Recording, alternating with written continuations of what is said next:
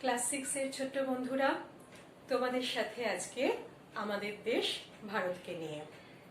দেখো, তোমরা এখানে যে ম্যাপটা দেখতে পাচ্ছ সেটা হচ্ছে কিসের ম্যাপ? না, আমাদের ভারতবর্ষের ম্যাপ। আগে এসে আমরা দেখে নিই যে ভারতবর্ষের অবস্থানটা কোথায়। দেখো, যদি আমরা অক্ষাংশ এবং দ্রাঘিমাংশের বিচারিত কোনো জায়গার অবস্থান বিচার করি, তো অক্ষাংশের বিচারে যদি আমরা দেখি তাহলে ভারতের অবস্থান হচ্ছে উত্তর গোলার্ধে। ঠিক কোথায়? না, দক্ষিণে এই যে কন্যাকুমারিকা যে অন্তরীপ, এখান দিয়ে যেটা গেছে 8°4', উত্তর অক্ষরেখা থেকে উত্তরে 37°6', উত্তর অক্ষরেখা। এইখানে ভারতবর্ষের অবস্থান। আর যদি আমরা দ্রাঘিমাংশের বিচারে যদি বিচার করি, তাহলে এই আমাদের ভারতবর্ষ হচ্ছে মূল মধ্যরেখার পূর্ব দিকে, অর্থাৎ পূর্ব গোলার্ধে। কোথায়? না, এইদিকে হচ্ছে 68°7' পূর্ব দ্রাঘিমা রেখা থেকে, এইদিকে হচ্ছে 97°25' পূর্ব দ্রাঘিমা রেখা। এর মধ্যে আমাদের এই ভারতবর্ষের অবস্থান। এবং তোমরা জানো যে এখন ভারতবর্ষে মোট রাজ্যের সংখ্যা, রাজ্যপাল শাসিত রাজ্যের সংখ্যা কত? না, 28টা রাজ্যপাল শাসিত রাজ্যের সংখ্যা, যার জাতীয় রাজধানী অঞ্চল হচ্ছে দিল্লি। আচ্ছা, আমরা আজকে যে জিনিসটা নিয়ে মূল আলোচনায় যাব সেটা হচ্ছে কি না, আমাদের এই যে ভারতবর্ষ, এই ভারতবর্ষের কিন্তু ইতিহাস অনেক প্রাচীন, এবং সেই প্রাচীন ইতিহাস অত্যন্ত সমৃদ্ধ। এই সমৃদ্ধ হওয়ার পেছনে একটা বড় কারণ হচ্ছে এর ভূপ্রকৃতিগত বৈচিত্র্য। সেই ভূপ্রকৃতি এবং নদ নদী, এই দুটি বিষয় নিয়ে আমরা আলোচনা করব। দেখো, তোমরা যদি এই ম্যাপটার দিকে ভালো করে খেয়াল করো, তাহলে দেখবে এই ম্যাপটায় তোমরা বিভিন্ন রকমের রং দেখতে পাচ্ছ। যেমন এই ওপরের দিকের এই অংশটাতে তোমরা একটা খয়েরি খয়েরি অংশ দেখছো। এরপরে তার ঠিক নিচে দেখো তোমরা সবুজ সবুজ অংশ দেখছো। খয়েরি অংশটা খেয়াল করে দেখো, এই উত্তর পূর্ব দিকের অংশতেও কিন্তু বিস্তৃত হয়েছে। আর এই সবুজের এই নিচের যে অংশটা, সেখানে কোথাও হলুদ হলুদ আছে, তার মাঝখানে আবার কোথাও কোথাও খয়েরি খয়েরি অংশ রয়েছে। আর এই হলুদ রঙের যে অংশটা, তার পাশেরটাও সবুজ রয়েছে, কিন্তু এই সবুজটা আবার এই সবুজের থেকে একটু আলাদা। এই ওপরের সবুজটার রংটা হচ্ছে ডিপ সবুজ, আর এইটা হচ্ছে হালকা সবুজ। এই যে রং, এই রংগুলো দিয়ে আমরা ভূপ্রকৃতিগত বৈচিত্র্যকে চিহ্নিত করতে পারি। রংগুলো আসলে একটা ইন্ডেক্স বা সূচক হিসাবে কাজ করে। কিরকম ভাবে?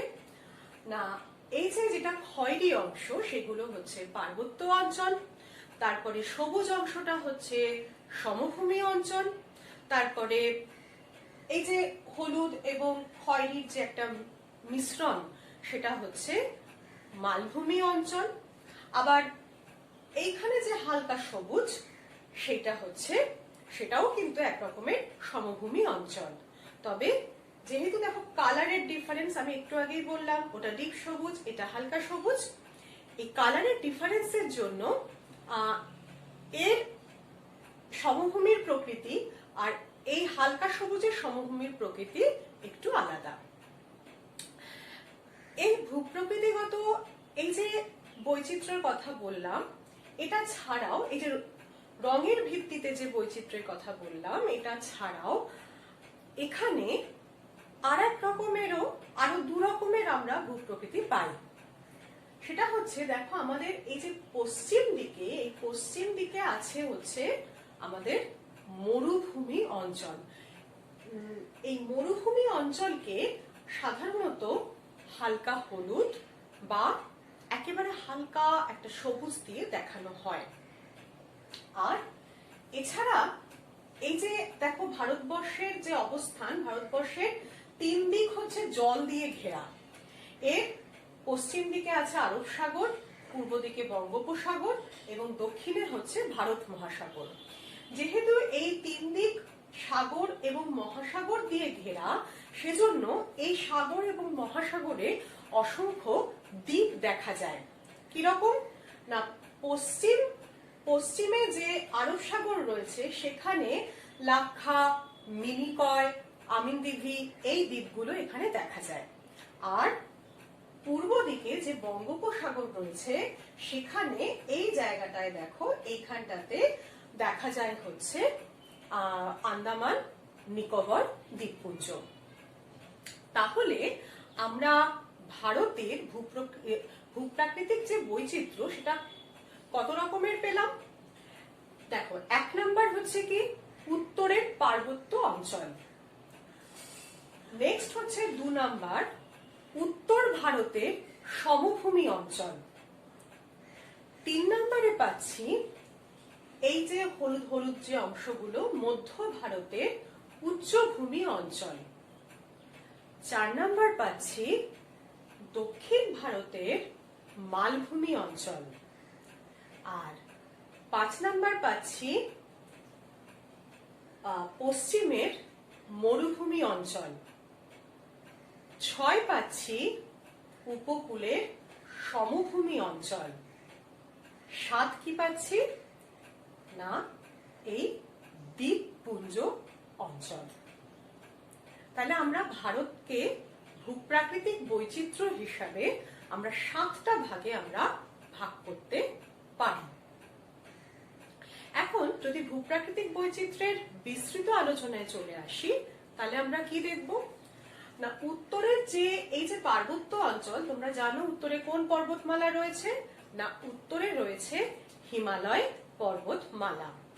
সেই টেথিস সাগর থেকে আঙ্গারা ল্যান্ড এবং গন্ডোয়ানা ল্যান্ড এই দুটোর পারস্পরিক চলনের ফলে টেথিস সাগরে পলি জমে এই হিমালয় পর্বতমালার সৃষ্টি হয়েছিল, যার গড় উচ্চতা কত প্রায় 8000 মিটার।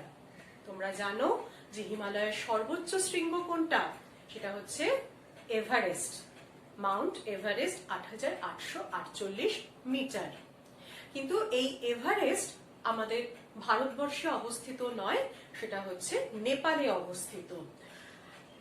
এইখানে আমার আঙুলটা যেখানে, সেইখানে হচ্ছে মাউন্ট এভারেস্টের অবস্থান। এবং নেপালে এটাকে একটা সুন্দর নামে ডাকা হয়, সাগর মাথা। যেহেতু টেথিস সাগর আস্তে আস্তে ওপরে উঠে এই পর্বতটা সাগরের মাথায় এটার অবস্থান বলে এই এভারেস্টকে সেখানে নাম দেওয়া হয় সাগর মাথা। তো আমাদের এই যে হিমালয় পর্বতমালা দেখো ধনুকের মতন বেঁকে অবস্থান করছে, এবং এই যে পশ্চিম থেকে পূর্ব দিকে এর দৈর্ঘ্য হচ্ছে প্রায় 2400 কিলোমিটার। ঠিক আছে, কি বললাম, প্রায় 2400 কিলোমিটার, এবং এটা ধনুকের মতন বেঁকে অবস্থান করছে। পশ্চিম দিকে এখানে নাঙ্গা পর্বত একটা রয়েছে, এই নাঙ্গা পর্বত থেকে এই পূর্ব দিকে এই অরুণাচল প্রদেশের এখানে নামচা বারোয়া শৃঙ্গ পর্যন্ত এর অবস্থান। যদি একে তুমি দক্ষিণ থেকে উত্তরে যদি এর বিন্যাসকে যদি ব্যাখ্যা করা যায়, তাহলে একদম দক্ষিণ ভাগে রয়েছে শিবালিক পর্বতমালা, তার আরেকটু ওপর দিকে রয়েছে হিমাচল পর্বতমালা, তার আরো ওপরে রয়েছে হিমাদ্রি পর্বতমালা, আর তারপরে রয়েছে টেথিস হিমালয়। এই টেথিস হিমালয় কিন্তু ভারতবর্ষের মধ্যে অবস্থিত নয়, তাই আমরা সাধারণত আমাদের আলোচনায় টেথিস হিমালয়কে আনি না। এর মধ্যে সবচেয়ে আগে তৈরি হয়েছিল হিমাদ্রি পর্বতমালা। দেখো তোমরা জানো, বা আমিও একটু আগে বললাম, যে টেথিস সাগরে পলিতে ভাঁজ পড়ে পড়ে পড়ে উঁচু হয়ে হিমালয় পর্বতমালা তৈরি হয়েছিল। তাহলে কি হলো না, টেথিস সাগরে এই যে ভাঁজ পড়ে পড়ে হিমালয় পর্বতমালা তৈরি হলো, সবচেয়ে আস্তে আস্তে উঁচু হয়ে হয়ে সবচেয়ে বেশি উঁচু হলো কে না হিমাদ্রি পর্বতমালা, যার গড় উচ্চতা ৮০০০ মিটারের বেশি। এবং যতগুলো আমরা ৮০০০ মিটারের বেশি উচ্চতার পর্বত শৃঙ্গ দেখতে পাই, যেমন ধরো আমরা এভারেস্ট পাই, অন্নপূর্ণা পাই, মাকালুকে পাই, হ্যাঁ, এই সমস্ত শৃঙ্গগুলোর উচ্চতা হচ্ছে ৮০০০ মিটারের বেশি। তার থেকে আরেকটু নিচু উচ্চতায়, যার গড় উচ্চতা হচ্ছে ৬০০০ মিটার, অর্থাৎ সেটা হচ্ছে এই রকম জায়গায় অবস্থিত, এবং সেটা হচ্ছে হিমাচল পর্বতমালা। হিমাচল পর্বতমালায় আমরা প্রচুর গিরিপথ এবং গিরিখাত দেখতে পাই, অর্থাৎ দুটো উঁচু পর্বতমালার মাঝে নিচু অংশ দিয়ে রাস্তা তৈরি করা হয়েছে, এটাকে বলা হচ্ছে কি গিরিপথ। তো হিমাচল পর্বতমালায় আমরা প্রচুর এই গিরিপথ দেখতে পাই। হিমাচল পর্বতমালা থেকে যখন আরো নিচের দিকে চলে আসছি, অর্থাৎ যেটা কিনা হিমালয় পর্বতের গঠনের সবচেয়ে শেষে গঠিত হয়ে আছে, সেটা হচ্ছে কি, সেটা হচ্ছে শিবালিক পর্বতমালা। শিবালিক পর্বতমালা এবং হিমাচল পর্বতমালার মাঝে নিচু যে উপত্যকা অংশ, সেই নিচু উপত্যকা অংশকে বলা হয় দুন। দুন উপত্যকা সেখানে গঠিত হয়েছে। হিমাচল পর্বত থেকে নদীগুলো ওখানে এসে শিবালিক পর্বতমালায় কিছুটা বাধা পেয়ে সেইখানে জলগুলো জমে পলি সঞ্চিত হয়ে নিচু উপত্যকা অংশ তৈরি হয়েছে, যাকে বলা হচ্ছে দুন উপত্যকা। যেমন ধরো দেরাদুন, পাটলি দুন, হ্যাঁ, এগুলো। এবং আরেকটা জিনিস এখানে হয়, কি হয় বলতো, এই যে নিচু উপত্যকা অংশ, সেই নিচু উপত্যকা অংশে দেখো ওপর থেকে যে নদীগুলো আসছে, সেই নদীগুলো সবই তো হচ্ছে কি বরফ গলা জলে তৈরি নদী।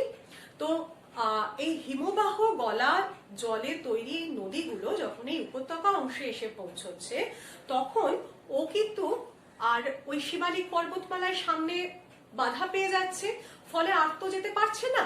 ফলে জল ওখানে জমা হয়ে বড় বড় হ্রদ তৈরি হচ্ছে। গাড়োয়ালি ভাষায় এই যে জলের যে হ্রদগুলো, তাকে বলা হয় তাল। তো এখানে এরকম অনেক হ্রদ তৈরি হচ্ছে, যাকে বলা হচ্ছে তাল। যেমন ধরো নৈনিতাল, সাততাল, ভীমতাল, এরকম প্রচুর তাল বা হ্রদ তৈরি হয়েছে। হিমালয় পর্বতমালা থেকে যদি আমরা আরেকটু নিচের দিকে চলে আসি, অর্থাৎ এবার আমরা পর্বত থেকে সমভূমিতে চলে আসছি। আচ্ছা, তার আগে আরেকটা জিনিস বলি, এই যে উত্তরের যে এই যে পর্বতমালা, এটা তো মূলত হিমালয় পর্বতমালা, কিন্তু হিমালয় পর্বত ছাড়াও একেবারে পশ্চিম প্রান্তে আরেকটা কিন্তু পর্বতমালা রয়েছে এখানে আমাদের ভারতবর্ষে, যার নাম হচ্ছে কারাকোরাম পর্বতমালা। এই যে হিমালয়, কারাকোরাম, এগুলো সবই তৈরি হয়েছে একটা পর্বত গ্রন্থি থেকে, যার নাম হচ্ছে পামির গ্রন্থি।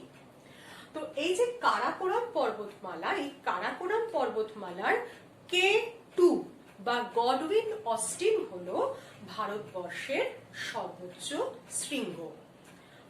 আর হিমালয় পর্বতমালার দ্বিতীয় উচ্চতম শৃঙ্গ, তার নাম হচ্ছে কি তোমরা সবাই জানো, কাঞ্চনজঙ্ঘা।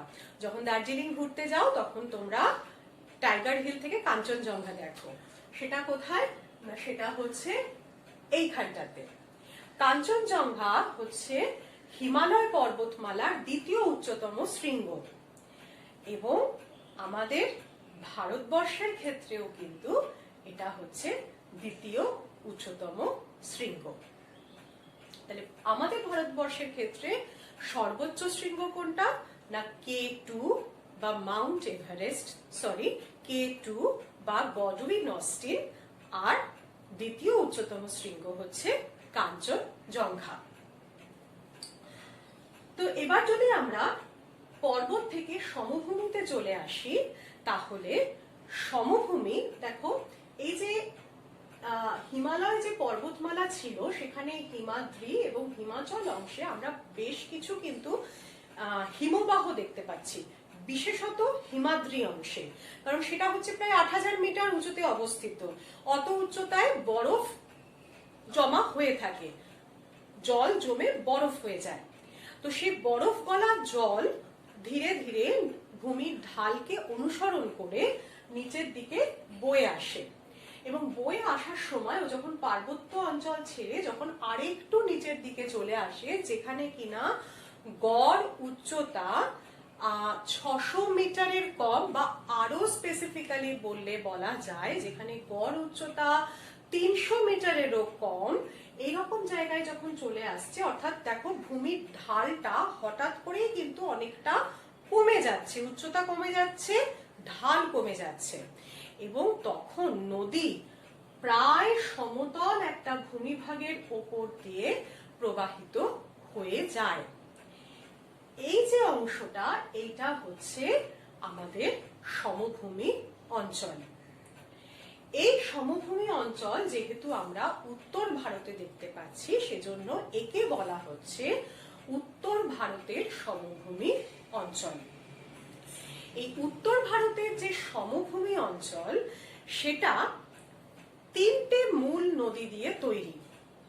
একটা হচ্ছে আমাদের বিখ্যাত এবং প্রধান নদী গঙ্গা, যেটা হচ্ছে এখানে গঙ্গোত্রী হিমবাহ থেকে তৈরি হচ্ছে, এবং তারপরে সে উত্তরাখণ্ড, উত্তরপ্রদেশ, বিহার, ঝাড়খণ্ড, পশ্চিমবঙ্গের ওপর দিয়ে প্রবাহিত হয়ে আসছে।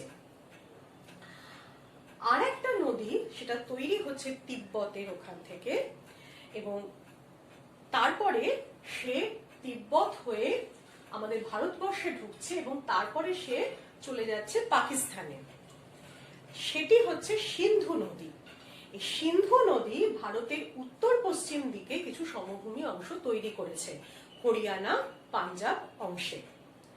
আর একটা নদী কোনটা না, সেটাও আমাদের এই তিব্বতেরই একটা হিমবাহ থেকে তৈরি হয়েছে, এবং তারপরে সে তিব্বতের মধ্যে দিয়ে প্রবাহিত হয়ে এসে আমাদের ভারতবর্ষে ঢুকেছে, এবং তারপরে সে ভারতবর্ষের উত্তর পূর্ব দিকের যে অরুণাচল প্রদেশ, আসাম, এই অংশের ওপর দিয়ে প্রবাহিত হয়ে এসে বাংলাদেশে প্রবেশ করে গেছে, এবং সে হচ্ছে ব্রহ্মপুত্র। অর্থাৎ আমরা দেখতে পাচ্ছি যে আমাদের এই গোটা উত্তর যে ভারত, একদম পশ্চিম থেকে পূর্ব পর্যন্ত এই যে গোটা যে উত্তর ভারতের যে অংশটা, সেটা ৩টে মূল নদী দ্বারা এই সমভূমি অংশ তৈরি হয়েছে। একটা হলো সিন্ধু, একটা গঙ্গা, একটা ব্রহ্মপুত্র। তাই এই উত্তর ভারতের যে সমভূমি অংশ, তাকে বলা হচ্ছে সিন্ধু, গঙ্গা, ব্রহ্মপুত্র বিধৌত সমভূমি অঞ্চল। এই সমভূমি অঞ্চল যেহেতু নদী দ্বারা গঠিত হয়েছে, তাই এটি পলি দ্বারা গঠিত হয়েছে। পলি মাটি দ্বারা এই সমভূমি অঞ্চল গঠিত হয়েছে, এবং এই সমভূমি অঞ্চলকে যদি ভূপ্রাকৃতিক ভাবে তুমি ভাগ করতে চাও, তাহলে আমরা মূল ৩টে ভাগে ভাগ করতে পারি। একটা হচ্ছে পশ্চিমের সিন্ধু নদী দ্বারা বিধৌত সমভূমি অঞ্চল, উত্তরের গঙ্গা সমভূমি অঞ্চল, এবং উত্তর পূর্বের ব্রহ্মপুত্র উপত্যকা অঞ্চল। আবার এই যে গঙ্গা সমভূমি যে অঞ্চল, সেই গঙ্গা সমভূমি অঞ্চলকে আমরা ৩টে ভাগে ভাগ করি: উচ্চ গঙ্গা সমভূমি অঞ্চল, মধ্য গঙ্গা সমভূমি অঞ্চল, এবং নিম্ন গঙ্গা সমভূমি অঞ্চল। সাধারণত নদীর গতির ওপরে নির্ভর করে এই ভাগ করা হয়, এবং এইখানে মাটির যে প্রকৃতি, সমভূমির যে প্রকৃতি, সেখানে আমরা দু রকমের সমভূমির অংশ দেখতে পাই। একটা হচ্ছে ঠিক নদীর একদম তীরবর্তী যে অংশগুলো সেখানে নবীন পলিমৃত্তিকা গঠিত ভাঙার অঞ্চল, এবং আরেকটি হচ্ছে যেটা হচ্ছে মূল যে গঙ্গা নদী সেখান থেকে কিছুটা দূরবর্তী স্থানে প্রাচীন পলি গঠিত খাদার অঞ্চল। আর এছাড়া এই যে শিবালিক, এই শিবালিকের ঠিক পাদদেশীয় অঞ্চলে অর্থাৎ শিবালিকের ঠিক নিচে যে সমভূমির অংশ আমরা দেখতে পাই তাকে আমরা বলছি ভাবর অঞ্চল। এই শিবালিকের যে পাদদেশীয় অঞ্চল তাকে এই উত্তর পূর্ব যে অঞ্চল সেই জায়গায় একটা স্যাঁতস্যাঁতে ভূমি তৈরি করে, একে আমরা বলছি তরাই অঞ্চল। তরাই শব্দটার অর্থ হচ্ছে স্যাঁতস্যাঁতে বা আর্দ্র বা ভিজে ভূমি। এই অঞ্চলে প্রচুর বৃষ্টিপাত এবং ওই নদীর বাহিত যে জল সেটা জমা হয়ে এখানকার ভূমিটাকে একটা স্যাঁতস্যাঁতে ভূমিতে পরিণত করে, সেজন্য একে আমরা বলছি তরাই অঞ্চল। সমভূমি অঞ্চল থেকে যদি আমরা আবার আরো একটুখানি দক্ষিণে চলে যাই তাহলে আমরা কিছু বন্ধুর ভূমিরূপ পাব। এই বন্ধুর ভূমিরূপগুলো আমরা মূলত দেখতে পাচ্ছি হচ্ছে মধ্য ভারত অঞ্চলে। এই মধ্য ভারত অঞ্চলকে আমরা মধ্য ভারতের উচ্চ ভূমি হিসাবে আমরা ভূপ্রাকৃতিক বিভাগ করতে পারি।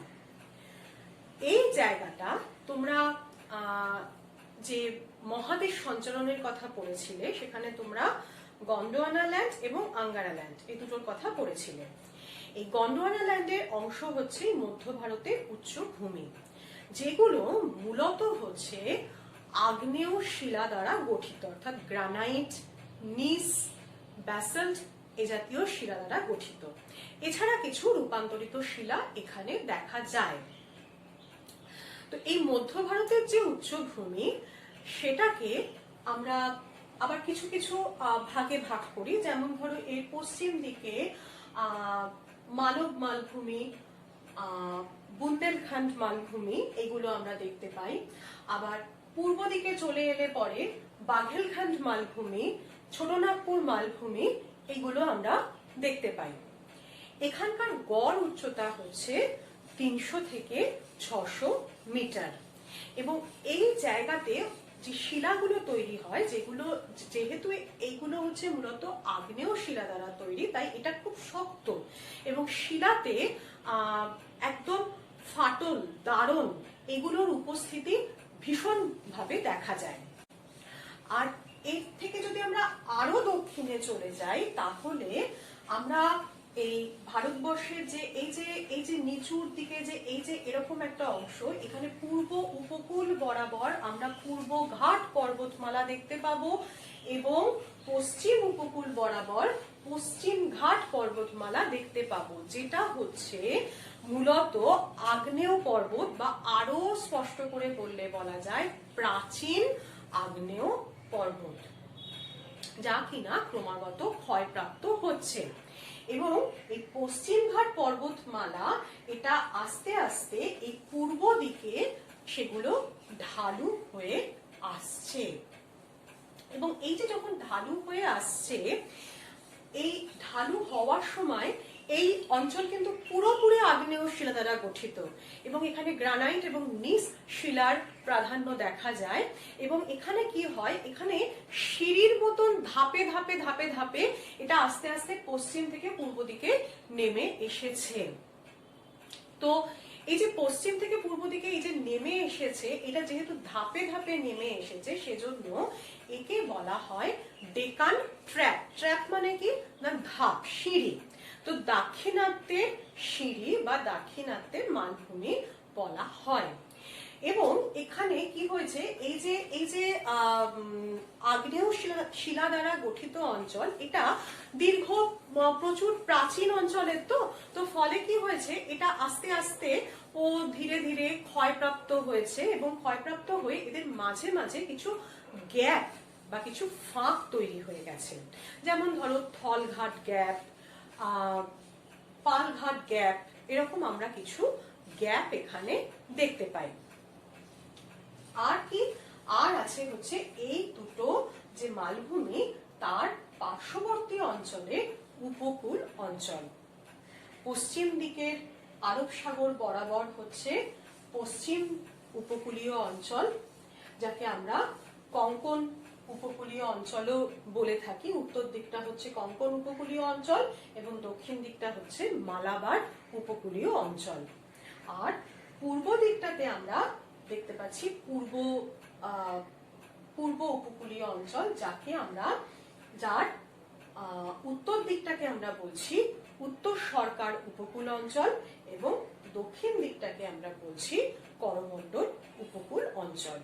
এই উপকূলগুলোতে অনেক বালিয়াড়ি দেখা যায় এবং পূর্ব দিকের উপকূল, যেহেতু এর ঢালটা অনেক কম, সেজন্য পূর্ব দিকের উপকূল কিন্তু অনেক বেশি চওড়া, তুলনায় পশ্চিমের উপকূলে কিন্তু অনেক সরু।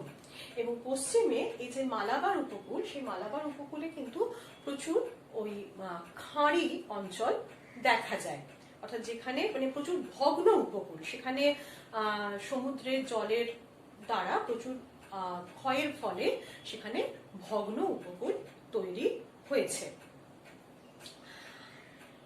আর আমরা দেখি হচ্ছে কি এই যে আরব সাগর এবং বঙ্গোপসাগর রয়েছে, এখানে প্রচুর আমরা দ্বীপপুঞ্জ দেখতে পাই।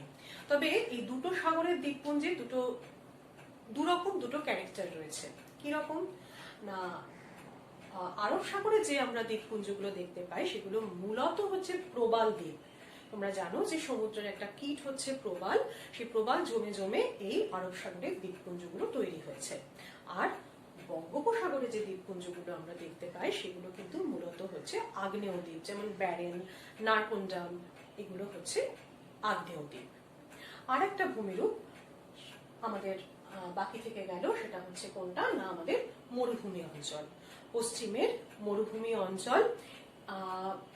এই যে আমাদের যে পূর্ব ভারতের আমাদের যে মধ্য ভারতের যে উচ্চভূমি অঞ্চল, সেই উচ্চভূমি অঞ্চলের পশ্চিম দিকে রয়েছে আরাবল্লী পর্বত।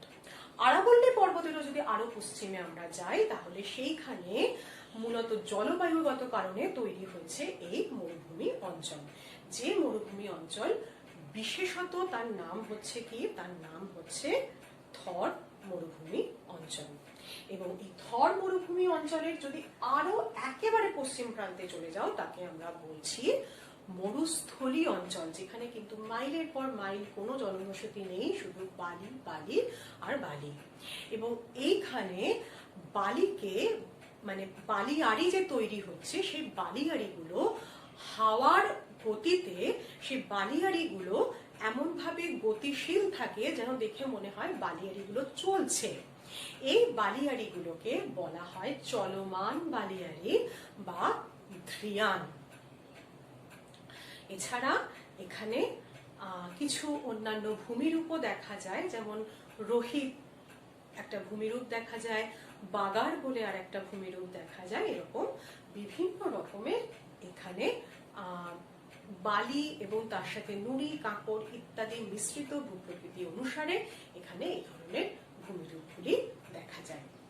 তাহলে ছোট্ট বন্ধুরা, তোমরা আজকে ভারতবর্ষের ভূপ্রাকৃতিক বৈচিত্র্যগুলো সম্পর্কে তোমরা জানলে। তোমরা এখন বাড়িতে একটা কাজ করতে হবে। বাড়িতে বসে তোমরা দুটো প্রশ্নের উত্তর লিখে ফেলবে। একটা হচ্ছে উত্তর ভারতের সমভূমি অঞ্চলের 4টি বৈশিষ্ট্য আলোচনা করো।